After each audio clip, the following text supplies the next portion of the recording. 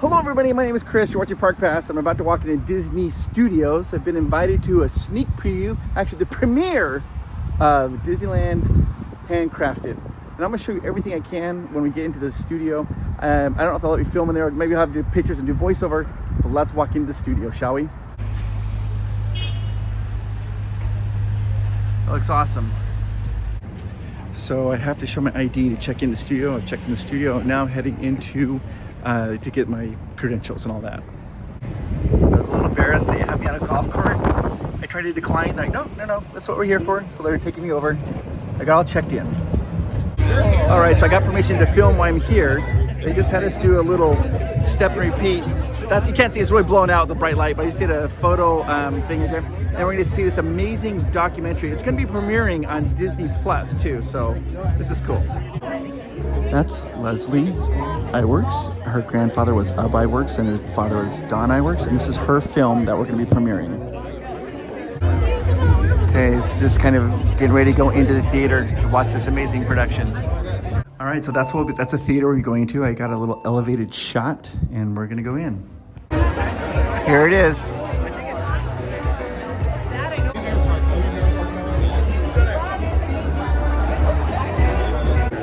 People are kind of milling about, getting ready to go in. I see Josh Gad over there interviewing, and there's all kinds of things going on. Getting ready for the premiere of Disneyland Handcrafted. It's always kind of a crazy thing here. Everybody's waiting and getting ready to go into the theater, and it's, you know, and a lot of people come up and shake your hands and talk with them, and it's always fun to do. And the carpet's blue. The carpet's really blue, so it's cool though. They've got some popcorn here to take in. This film, because it does such an incredible job just showing you what it took. And you know, Disneyland was not always the icon that it is today. It was an idea, and it took an incredible team of artists and craftsmen and dreamers, frankly, to bring it to life. And I think what this film does really beautifully is it takes you right there. You're there with the orange groves, and you see kind of what it took to build this incredible place and bring it to life. Also, Leslie Iwerks, our director and filmmaker, is taking royalty herself. She is the daughter of Don Iwerks, Disney legend, and the granddaughter of Disney legend and icon Ub Iwerks, who created Mickey Mouse. Lead a brief Q&A with Leslie before we roll the film. So please welcome Juju Green and Leslie Iwerks. Let me hear it, guys! But when it comes to this film, Disneyland Handcrafted, they're going to see something no one's ever seen before, something that's being brought to life for the very, very first time. So what we did was we took all this over 200 reels of material, and almost like an archaeological dig, we forensically went through each reel and pulled it apart and figured out what was where and what time frame each shot was. And these cameramen, you know, that Walt tasked to do this, to shoot all this, was, you know, they shot it observationally, they shot it, you know, time lapse, they shot it with aerial footage, they shot it behind the scenes. And so all this material, in my experience, I've never seen it, and I could not believe it. So we basically constructed it, you know, in scenes with all these wide shots, tight shots, etc., and then built it through from beginning to end, from the basically groundbreaking up through opening day, and ultimately scoured transcripts all over the place to find the best sound bites that tell the story of what everybody went through and what Walt went through to pull this off. Rock solid as far as accuracy. And the other thing I was going to say is that this was all silent film. So when we saw it, we thought, wow, we got to build a whole soundtrack. So we went up to Skywalker, and Bonnie Wild and the team at Skywalker did this amazing job building every single sound effect you hear. Outside of the TV shows, all the original footage was all silent. Think about that, y'all. Every single sound effect that you hear was literally handcrafted. But when it comes to kind of like growing up in Disney, can you talk to me about like how your perspective shaped how you told this story? Well, I mean, you know, when I was growing up, my grandfather, Ub Iwerks, you know, co-creator of Mickey Mouse and designer, and my dad, my mom, and who's here tonight, my dad, 96, he is here with us in spirit. He's watching from afar in Ojai, but you know, I grew up around this and hearing these stories of my grandfather and just how watching my dad, you know, do what he did and all the things that he invented and created at Disney. It was just such an honor to be over the shoulder of him and sometimes come back here to the back lot and walk around and whatnot and go backstage at Disneyland and Disney World. And that was just awe-inspiring as a kid. And so I think when I saw this footage, it was really cool for me because I never knew how Disneyland was created or constructed. So, and I often think about it like, what other place on the planet would you want to watch the making of a building or a location, you know? Like, this has more of a fan base than I think anywhere in the world. We joked about like the Eiffel Tower, it doesn't come near to Disney. Right, it's like, this is the happiest place on earth that Walt dubbed, you know? So that's this construction. And it's just more than construction, it's about the building of the DNA of where all this magic was created. And he really wanted to create the happiest place on earth. He wanted people to leave their worries at the gate, and he wanted to make people leave as a better person when they arrived. He wanted to elevate. And I think that's what's emotional to me, is just to think his vision was in his head, the magic was in his head, and he mobilized all these people, all these engineers and craftspeople to sort of follow him, to do everything they could to bring his dream to fruition. When something like this was unheard of and people were doubting him left, right, and center. So I think it's just a truly inspirational story that.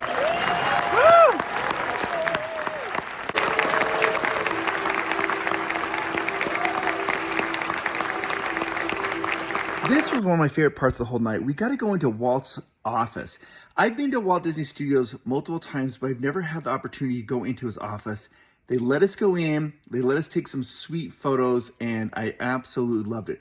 This first thing you're looking at, this is just like the reception area. You come in, you see the awards they have. They also have this amazing like Mickey painting. I thought was really cool. I just liked that Mickey painting, so I took a picture of this. This is like the secretary's area when you first come into Walt's office. You're gonna see this little table right here. This would be Walt's secretary. You can see right there, there's like it was created like showing like the typewriter she had, the telephone, the appointment book, and you can see right there she's got like a little cigarette tray on the table. And then I like this one here. I took a photo of this. This was dedicated. It's Angel Stadium, and they have like a little dedication plaque of that of like 1966. I thought that was so cool. They had that there, the Angel Stadium, because you know Walt, he did like baseball. Now, the next room you see here, we walk in, this is Walt's office, his private office. And you'll see right there, there's a couch, there's a table, there's a piano right there that lets you kind of look around. You have to walk on certain areas. You just can't sit down. You have to stay on the path in there. But this was created exactly as it was, like when Walt was alive, the office is there. This next little photo that we're taking a look at here, you see him kind of showing more of the piano and just kind of painting around. It was just such a cool experience to see everything. I loved being able to do that. No video, but I do allow you to take these photographs. Again, you can see here the couch. The couch is so cool. It's very retro, of course. And you can see it on top of a table there. It's really cool. Then this is his desk. This is across from that couch. This is his desk. He's got some figurines behind him. You can also see like there's a photo of him on the desk. This is where he'd sit and conduct business. There's a phone behind him there. Then if you look here, there's like a kind of like a bell on the desk. If you look right to the next, the bell, that metal thing. That's a stapler. There's an actual stapler. You can see the cigarette the ashtray that Walt had. Walt was a smoker, unfortunately, and you can see that they had that little model plane there as well. Then if you look over here, you can see the kind of stuff in the background. You can see I just love it. He's got these little knickknacks and things all around his desk. I thought that was really cool.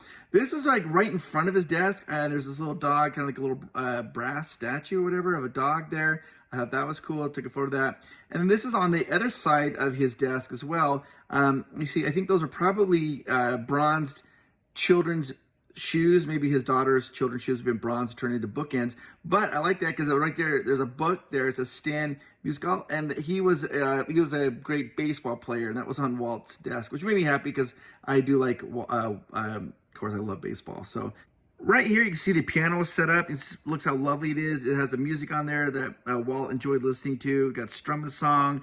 You got Babes in Toyland. You got pictures of his family there on the top of the piano, and a blue poke bonnet and a stove pipe hat. The music was right there. And this is where the Sherman Brothers would come in a lot of times, and they would play songs for Walt right there on that piano, which I thought was really special.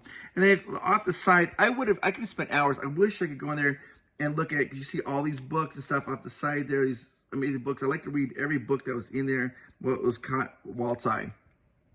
Then in the next room that you go into, this is kind of where he conducted business. This is where people would sit down and he would conduct business. He had a little table there. And you see, he would sit there and the people he was talking to would sit there. So this is like an adjacent room to his private office.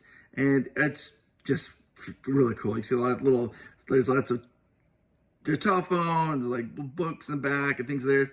And in this same room, you see this map of Disneyland. He had this map of Disneyland on the wall, and it's exactly as it was when Walt was there. And I just thought this was so cool to see this map of Disneyland. What I really liked about this, though, is there's a little tag at the bottom of the map that says Haunted Mansion, Future Home with 1,001 ghosts. You notice it's not 999 at that point when they were first planning it. It was 1,001 ghosts. And then you also see off the right there is a little tag there that says for New Orleans Square, because they're getting ready to build New Orleans Square, and it says fine shops, restaurants, and Pirates of the Caribbean Adventure. I love that. And then also connected to this little office, there was a kitchen, and you can see right there, if you look into the cupboard, there's VH juice, which Walt enjoyed, and also some chili and Spam and some Jell-O boxes. That's what Walt had stocked in his kitchen. And then in the other cupboards, you can see he had his teapot and his coffee and some plates. And yeah, it was cool. And as you walked out, they had some of his personal effects that were on display there. They had like his razor, his hat, some reading glasses, a pen.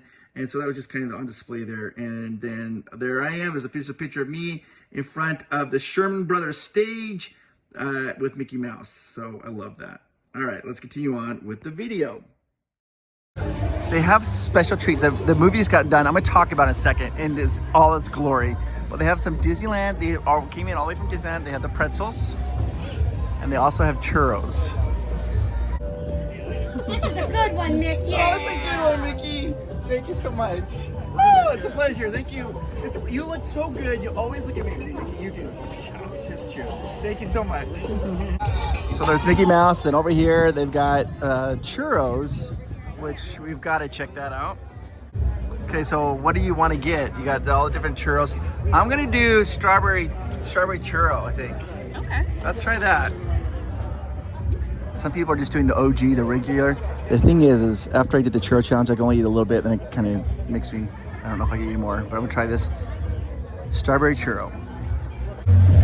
You guys, this film was incredible. I have to talk about it because I saw stuff I've never seen before. What an incredible evening. So this was amazing. And I'm going to get to my hotel room because I have to decompress and talk about this film in detail because I saw things I've never seen before. And I feel like I know a lot about Disney history. That's what we got to see, Disneyland Handcrafted. It was, I'm being serious. I really enjoyed it. It gave me a little anxiety because they had to build Disneyland so fast. It's crazy. Guys, I'm waiting here for my ride to pick me up. This is the Disney Handcrafted premiere, and there's the little Disney water tower right there, and it was very impressive. So they had all this footage. When Walt was building Disney, he hired all these camera crews to come and to videotape it and to document it, and a lot of this footage got processed and they developed it and they never showed it to anybody, and it's just sitting in the vault in the archives this entire time. And Leslie Iwerks saw this and she's like, we need to show this. I mean, this is so, and it takes place, Disney was built in about a year, a little less than a year. And they got it all, they did it in a chronological order, showing, you see the orange grove when there's nothing there. Then you see like a house, and then you see, you start to see them scraping the dirt. And they were working so hard and so fast. There was like no safety measures. Like they showed like tractors were tipping over and guys were climbing up these things with no safety gear on at all, just hustling to build. And they kept telling Walt, they're like, you have to wait. Don't open in July, open in September. And they're like, no, we have to open. And there's like one part made me like really sad because like Walt's like, we've spent half of our money, and he was driving around And he goes, and there's nothing to show for it. Like there's like a hole here and like a dirt pile here. And he goes, there's nothing that people would pay 15 cents to come down and see. And he goes, we've lost half our money. And he just was working on it so hard and so fast. And eventually it opened, and it had problems, of course, and opened, but it was incredible to see this. And it was colorized. The sound was awesome. And a lot of the clips were, they didn't have any sound. They were silent. So they actually did Foley work to make the sound of this. So you see it. You can see the Jungle Cruise, Tomorrowland, Fantasyland. Now, if you might be thinking to yourself, well, I want to see this. You can. You absolutely can. So on January 22nd, they're going to be showing it on Disney Plus. You can go out and watch it on Disney Plus. Or this is what is amazing. If you don't have a Disney Plus account, they're going to show it on the Disney YouTube channel. What? For free? So you can watch this documentary on the YouTube channel for free. And all you have to do, if you're watching it on the YouTube channel, just maybe say, hey, Provost Park Pass sent me. Provost Park Pass sent me. Maybe Disney's will be like, hey, we need this Provost Park Pass guy to create some cool content for us. But it was incredible. Comes out January 22nd. You can watch it on Disney Plus or on YouTube for free. It gave me anxiety because they're showing it 3 days before the park opened. They're scraping dirt, and the road still, the asphalt hadn't set, and Tomorrowland was completely they're rushing as fast as they could to do something Tomorrowland with 3 days to opening. And you got to see all this, and it was color, it was beautiful, and it was wonderful. And Leslie Iwerks did this, and it was just like people were like, some people got kind of emotional and crying watching this. It was great. When it was over, there's some people who were like crying. It was an emotional watch. Like, it's all of us watching something we absolutely treasure, Disneyland, and you're seeing it. For me, it was fun to watch because I'm like thinking, oh my gosh, you start to see like Jungle Cruise, Adventureland being built, and you're like, oh, there's Fantasyland. You can start seeing like the footprints of it, and it was incredible. It was absolutely incredible. And thank you to Disney for inviting me to come down to this. It was an honor and a thrill to be able to do all this. And I can't wait for it to come out on Disney Plus because I'm going to watch it and watch it over and over and over again. Oh, I'm going to tell you something really cool. So I've heard this rumor my whole life, but on opening day, there weren't hardly any garbage cans in Disneyland. And they have the footage of the opening day. They're showing all of this all over. And you could see the garbage that people were like, they had like custodians out there pushing with brooms. There's papers everywhere because they didn't have the garbage cans. And you could see it. It was just made a little part of history there. It was just crazy. It just made me happy watching this documentary. And when it comes back out on Disney Plus, I'm going to watch it again and again, just because it's fun to go back and see it and see all these crazy things that are going on and seeing all the work. It's just crazy because you can't build anything in a year. Like, just get your bathroom permit maybe in a year. Who knows? But this was just crazy. I loved it. It's just crazy to me. This footage had been sitting in the vault for 70 years and nobody had ever seen it. And then Leslie Iwerks came along. She needed to do something with it, and she did. And it was awesome. But 70 years of this footage is sitting there, and it's so incredible. You just flabbergasted.